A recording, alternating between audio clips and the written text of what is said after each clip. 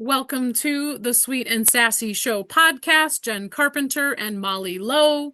This is episode number 30, and we're going to call it Releasing the Need to Know.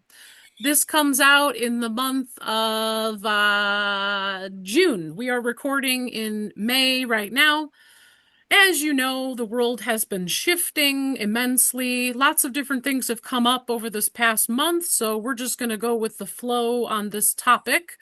Jen Carpenter, Secure and Savvy Solutions, Mindflow Mastery Coaching, and My Ease Community, an online space where you can feel safe, whole, and connected again to show up as you are and honor all of your roles and goals. I also offer other business services for affordable access to legal services for your business, your family, and personal legal and identity protection for an employee benefit. So you have resources where you don't think you normally have options. Molly Lowe. Hi, everyone. LinkedIn business coach, top 1% social seller. I love cold leads on LinkedIn. I love organic lead gen, and I'm really, really good at social selling. Excellent. I am super happy to be on this journey with you. We always just show up as we are, honestly.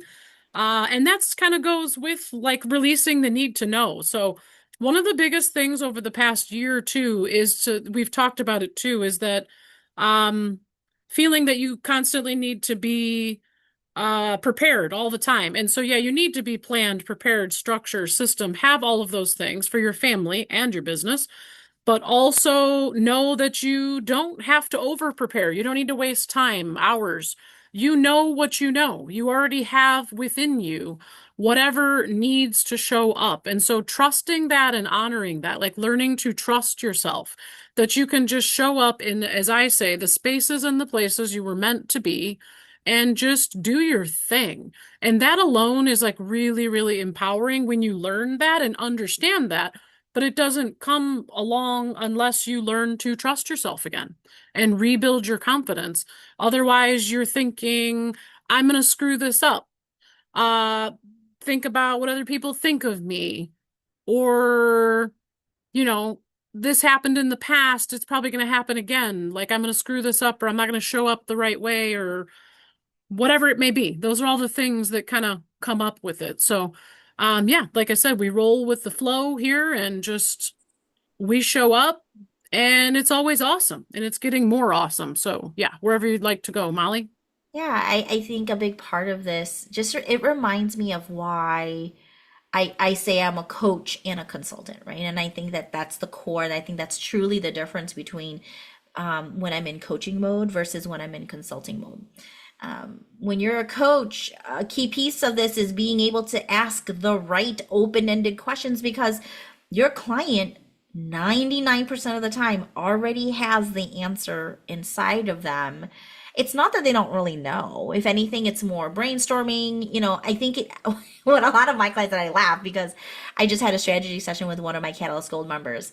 And I'm going to take this a different direction, but I promise it's related. So, Jen, are you familiar with human design? Yes. Yes, I love human design. I'm a generator. She is a projector. Okay. And of course, monkey see, monkey do. So she was mirroring a lot of the ways that I do my LinkedIn strategy. And I tell her all the time, I'm like, you are not made to be a generator like I am. I'm the world's worker bee, like bzz, right? So long as I'm doing the thing that lights me up. And for you, you have limited energy. If anything, your strength is guiding other people's energy, right? And it's just so funny because she's like, "Well, are you sure?" I'm like, "Well, what do you mean? Am I sure? How about what do you think? What do you think is the right direction for you to go?" And she goes, "You're right. You're right. Yeah, yeah. I should just trust. I have this self authority in my human design, and I just need to listen to that self authority to make the decision." And I think a lot of the times, like you said, it is rooted in mistrust. And, I think we've maybe, now that I think about it, probably scratched the surface of this. One of the coaches I worked with, the program was all about honoring your own self commitment so that you can build that self trust. of, okay, I may not know right now, but what can I do to not break that trust with myself, to commit to the thing that I say I'm going to do every day, even if it's the smallest thing, so that you can feel okay with the unknown and being like, okay, well, I'm doing this thing, I'm taking this action towards it, right? But a lot of the times it's just we did something in our past that made us break our own trust with ourselves. And that is when we get into this, well, how do I know? Well, what I would say is, okay, how can we go ahead and rebuild that self trust so that that sense of knowing, or lack thereof, I feel like that's really more anything. It's not even like, well, how do I know? It's because we feel uncomfortable in the unknown, and the unknown is what we're afraid of. It's really not necessarily what we do know or what we don't know. It's the unknown. It's the fear of where our subconscious mind likes to go and down this negative spiral of like, what if this happens? What if that happens? And I think that I feel like when we're talking about knowing and unknowing, to me is the bigger thing for that. Yes. And I wanted to highlight too, you have to be vulnerable to be open and honest with yourself. Hmm. Yes, it may take someone like us to ask those questions, and what's usually coming up is the fear too. What is this person going to think of me? Am I going to get the same results before? Because I tried this before and it failed. Is that going to happen again? And yeah, it's old patterns that you're rewriting over and over. Um, and just the fear altogether, the fear of the unknown, the discomfort of new things, and really too what it is yeah, self-trust and having faith that things are going to work out the way they're supposed to, but it's learning to look within yourself again, because I say you already have everything you need. It's just all these other distractions, these old past experiences, the old patterns, all of those things that initially your reaction is to not trust yourself and not believe that it's possible or think the worst case scenario. And I always say 99% of the things that have happened that you think will happen don't happen. And your survival rate as of now is 100%. You have survived it all. So when the fear comes up, the old patterns come up, those are the types of things that can get you to take action in the right direction of where you're going. I say this too, the desired direction of your destination. You're going to be able, you can dictate the desired direction of your destination. You have a choice. You have the powers within you to be able to do so. The whole thing with knowing, I've always talked about knowing altogether how powerful it is. What does it mean to know? The example that I use is when I was hanging out with who, again, my business partner mentor, Sajad, at the time, he was my coach before, but I was hanging out with him and he asked me about a band, the group. He said, "Do you know Run DMC?" And I'm like, "Yeah, I saw him live once. I know them." He's like, "Just say yes or no. You sound more, intelligent if you just say yes or no." But I didn't really know them. So like this is where the concept came from for me, is that it was like, no, I don't really know Run DMC. I don't know who they are. I don't know where they're from. I don't know all their albums. So no, I really don't know them. So like knowing is truth, is what I say. What is real and true? And even in those situations where in your head you're debunking the fear or whatever, you're always looking at what is fact, what is fiction, what is real, what is true. And I was like, oh, okay. Like it was like a light bulb moment. I'm like, no, I guess I really don't know Run DMC, even though I saw them once at Twisted Six in, you know, 1998, something like that.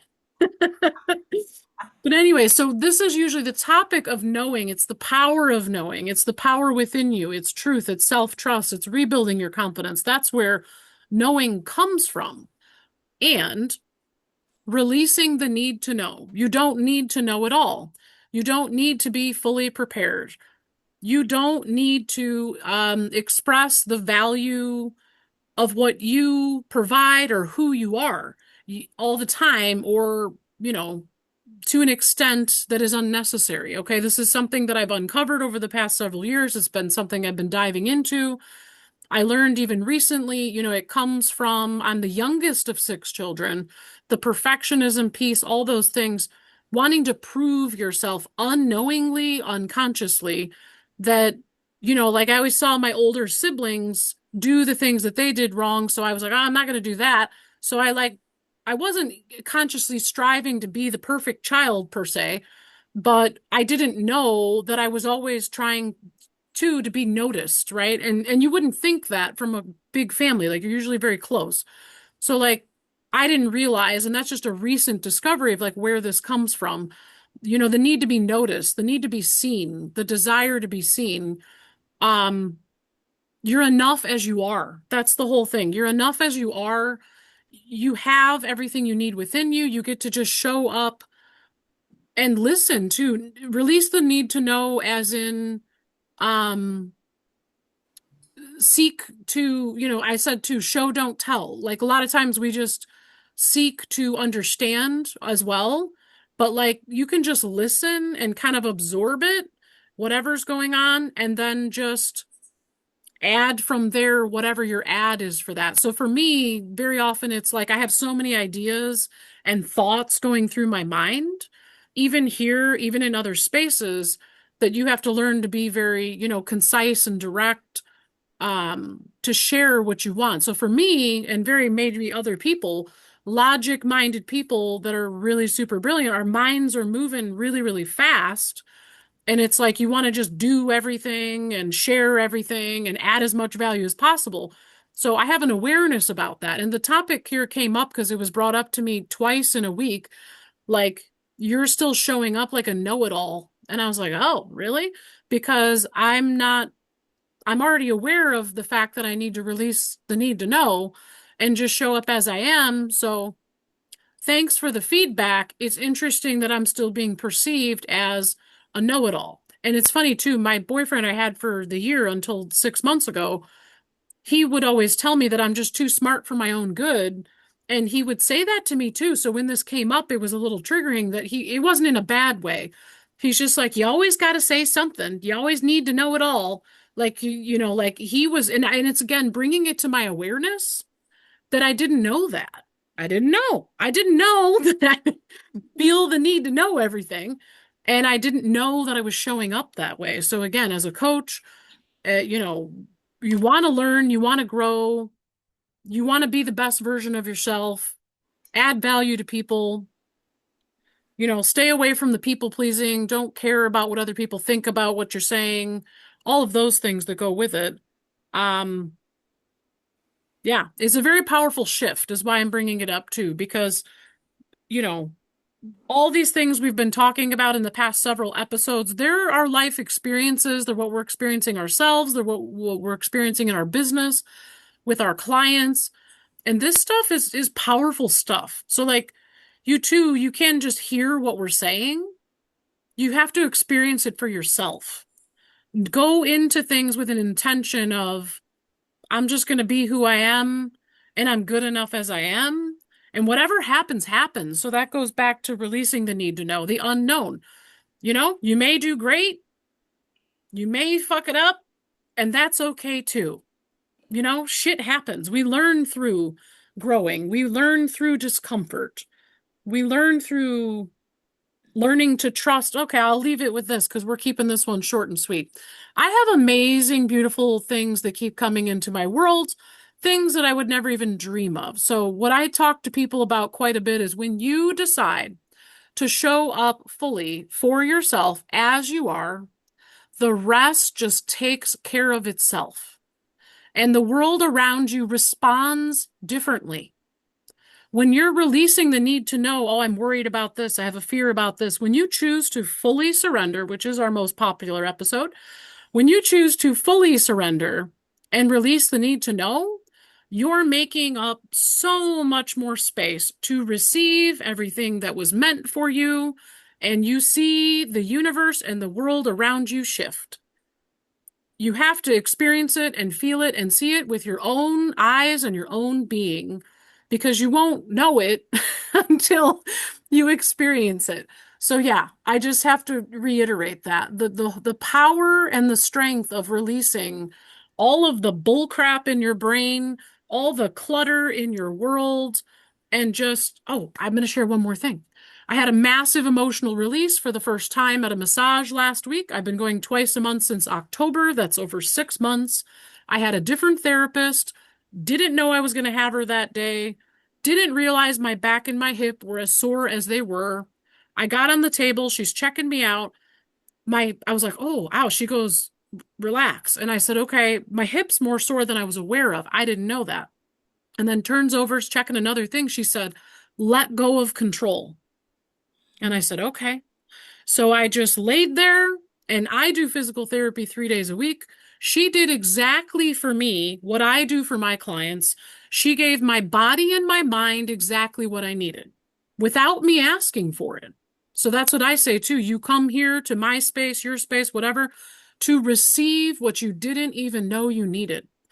And I had emotions of gratitude of how grateful I was for what she was doing for me for the first time, me getting what I needed.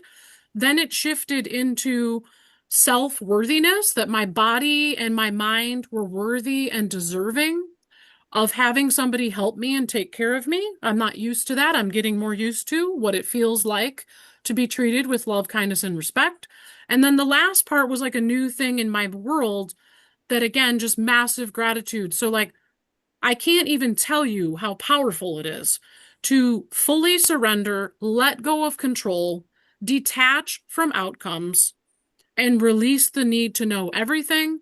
When you do that, beautiful, amazing things will happen. My email that went out today is believe in what's possible, imagine the possibilities, and then create the dream world you love, the reality that you love. Like, just imagine. Our logical minds cannot even fathom the beauty and the wisdom and the abundance that is available to us, and it already exists and is just waiting for you to claim it. A lot of that is very Neville Goddard. That's where I learned that from. But that's what it is reconnecting to the feeling that you're worthy and deserving of greatness. So, like, when you choose to do all of that, magical things can happen. Go ahead, Molly. Okay, so here's what I heard in a nutshell. Yes. It is all about how you use the word. It's the narrative and the meaning that, in the connotation in which you tie to the word knowing. To know in what sense? In what narrative? Is it because you want to know because you're so terrified of the future and you want to control? Yes. That's a different type of knowing than Yes. I Controlling know. outcomes. Yeah. Yeah. Like there's a sense of knowing that is a lot more releasing. It just is. I just know. I just know. That is so much more comforting. And you stand 10 toes down when you say, my reality today may not look like I have envisioned for my business, but I have a knowing that everything is going to be just fine. I don't know how I know, and it doesn't matter how I know that I'm gonna know I will be okay. I just know I'm okay, right? It's different, and I think that that's what I'm hearing you say, and Yep.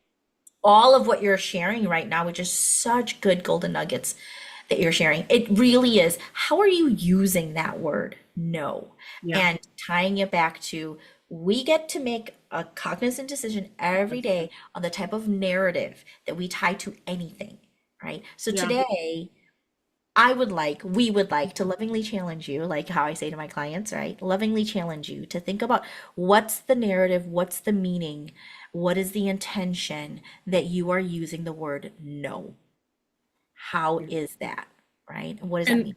and what's behind it too, because like very often, For like I sure. initially said, yeah, I know Run DMC. I didn't really know Run DMC. So like I like know the name, you know what I mean? And I saw them. But anyways, like what's actually behind that? What is this experience or situation teaching you or showing you? Because that's what I had to look at is like, well, do I really want to know everything? No, I actually don't. I already have what I have. I'm open to learning and growing more, but I don't actually need to know everything and have it all figured out. And that's too with businesses and networking and community. I don't friggin' want to do all the things. Nobody wants to be the expert at everything. You don't have to be the expert at everything. You don't need to figure it all out. You can't, and you shouldn't have to. You should just only do what you love. Like realistically, you should only do what you love. You should only do what lights you up, and you don't need to be the expert at everything. So when you release that, it's like how much too, like I tend to have a strong tendency people pleasing and want to give too much energy to people, blah blah blah. All that stuff. What is really that teaching you? What are you trying to prove unconsciously? There's a lot that goes behind that. So when you start to dig deeper, okay, why do I think I do need to know everything? That is a big exploration in its own to explore. And then when you can release that, yes, that's when powerful things happen. So the point with the massage thing is that for 40 minutes, I had tears pouring down my face. I didn't feel emotions for 4 years of my life. I am only in the past year of my life starting to feel again the uncomfortable emotions and then the easy emotions. We don't like to call them good or bad. They're easy or uncomfortable. You need to feel them all, and you can't if you don't release all the things that are in the way, that are not allowing you to feel it. So it's the joyful ones, the pleasure, the happiness, the gratitude. It's the uncomfortable ones, the fear, the unknown, the inconsistency. Those things can be scary, but experiencing them, acknowledging them, and choosing to accept them and release them. So that only happened because I laid there and I chose to let go of control, and my body and my mind were finally able to release all those things that don't serve me anymore. Anything else you'd like to add today, my love? No, that was beautiful. Ah, love it. Thank you for joining us. This episode comes out on the second Friday of every month.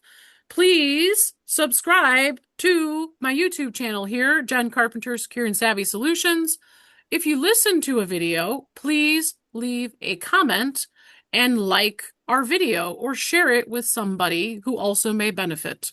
Anybody can truly benefit from all these topics that we're talking about, whether you're a parent, a provider, or not. Molly? Thank you all, as always. You know how to find us. Yes, connect with Molly on LinkedIn for sure. You can connect with me on LinkedIn as well. Mostly LinkedIn, and you said Threads the one day, right? Yeah, yeah, that's right. LinkedIn and Threads, you know where to find her. All right, until next time. Thank you.